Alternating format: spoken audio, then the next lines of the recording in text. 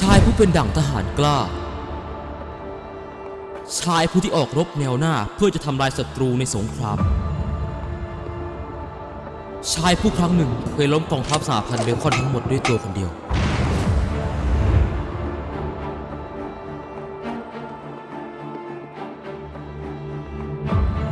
ในวินาทีสุดท้ายของชีวิตก่อนที่จะตายในสนามรบเขาก็ถูกส่งมาณที่แห่งนี้ที่ฟอร์ซาเคนเกส1337หรือชื่อหนึ่ง The Last Gate หรือเกสเป็นตัวละครฝ่ายผู้รอดชีวิตสายปกป้องผู้ถือคติยามคึกเราชนยามฉงนเราผ่อนไปอะไรวะจุดเด่นของเขาคือการเกิดมาพร้อมกับเลือดที่เยอะกว่าตัวละครส่วนใหญ่ภายในเกมและสกิลที่เอาไว้ใช้ประจันหน้ากับฆาตกรโดยตรงครับ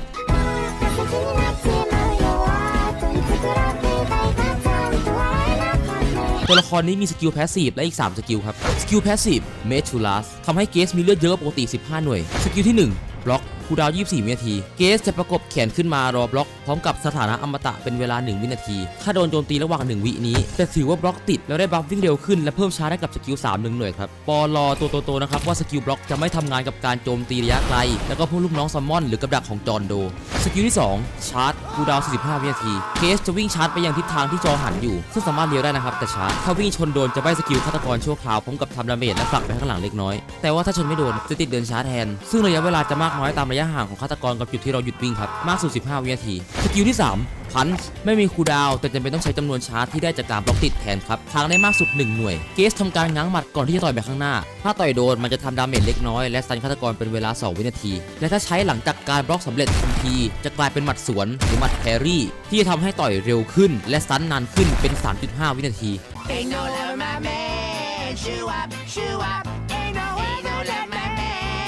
ต้องบอกเลยว่าตัวละครนี้เป็นตัวละครที่มีความเสี่ยงสูงเนื่องจากสกิลทั้งหมดของตัวละครนี้มีแต่สกิลที่ใช้กับฆาตกรโดยตรงครับซึ่งสกิลของเกสส่วนใหญ่เนี่ยต้องอาศัยการคาดเดาล้วนๆโดยเฉพาะนะครับโดยเฉพาะสกิลบล็อกคุณจะต้องกลายเป็นไอโนะโคจิมีความคิดแบบโยฮันรีเบิร์ต IQ ของไรยังามิสกิลการบงการระดับไอเซนและความฉลาดแบบดูรุตเพราะถ้าคุณใช้สกิลแบบมั่วๆก็อาจจะทำให้โดนฝ่ายฆาตกรดักทางเองได้เหมือนกับการเล่นหมากรุกครับเพราะต่างฝ่ายก็สามารถรับมือกับอีกฝ่ายได้คือในตอนที่คุณจะดักเขาอาจจะดักคุณที่ดักเขาอีกทีก็ได้เวลาคุณเล่นตัวละครนี้จำเป็นที่จะต้องคำนึงไว้อย่างหนึ่งนะครับคือหน้าที่ของคุณที่สำคัญที่สุดคือการปกป้องเพื่อนหรือการขัดขวางการไล่ล่าของฆาตกรหรือทำยังไงก็ได้ให้ฆาตกรมารำคาญคุณไม่จำเป็นที่จะต้องวิ่งเข้าใส่ฆาตกรตอนเริ่มเกมเพื่อให้มันมาไล่คุณแทนหรอกครับถามว่ามันทำได้ไหมได้แต่ถ้าอยากจะใช้ประโยชน์จากสกิลให้เยอะคุณแค่ต้องคอยปกป้องใครก็ตามที่กำลังโดนไล่อยู่เวลาที่สกิลของคุณพร้อมใช้ก็พยายามอยู่รอบๆฆาตกรถ้าเขาจะไล่ใครก็ให้เข้าไปใช้สกิลขัดใส่แล้วถ้าฆาตกรไม่ได้สนใจเราก็สามารถไปปั่นไฟเพื่อรอสกิลคูลดาวน์ได้ครับแต่ถ้าฆาตกรหันมาตามเราแทนก็ถือว่าทำไม่ดีเหมือนกันครับคือตัวมันต้องเสียสละอยู่แล้ว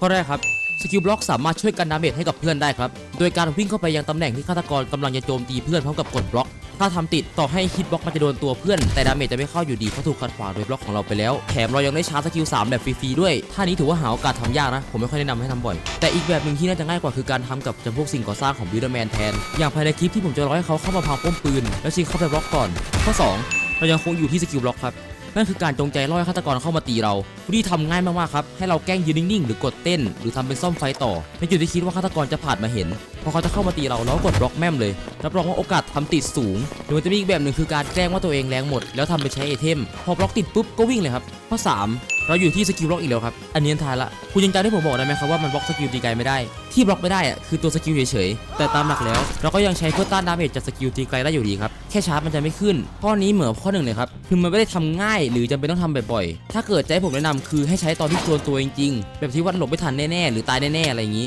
ข้อ4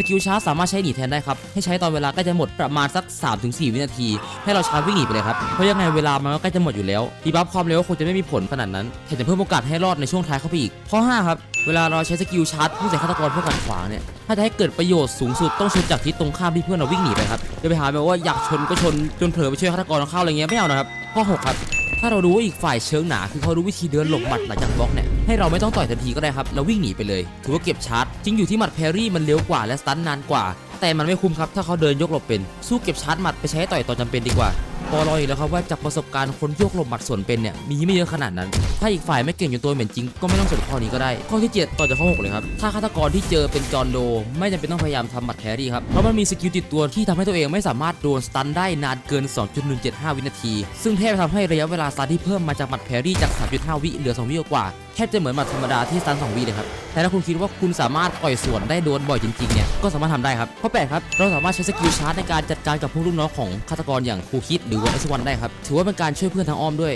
ข้อที่9ครับเป็นข้อสุดท้ายข้อนี้เนี่ยที่ผมอยากจะบอกคือเราต้องมีความกล้าครับตัวละครอย่างเกส1337เนี่ยเขาถูกสร้างมาเพื่อให้เป็นเซนติเนลหรือเป็นตัวที่คอยปกป้องผู้อื่นอยู่แล้วครับเพราะงั้นถ้าเรากลัวขึ้นมาเนี่ยแปลว่าอะไรครับแปลว่ามันผิดจุดประสงค์ที่เกมสร้างให้ตัวละครนี้ขึ้นมาตั้งแต่แรกครับเพราะงั้นแล้วเนี่ยถ้าเรายังมีเลือดที่เยอะพอในการที่จะรับดาเมจอยู่เนี่ยเราก็ควรที่จะไปทำหน้าที่ของเราให้อย่างเต็มที่ครับยกเว้นเวลาเลือดของคุณเหลือน้อยมากๆเลยนะครับขนาดจุดที่ว่าโดนตีทีเดียวตายห้ามเลยอันนี้หนีดีกว่าเชื่อผม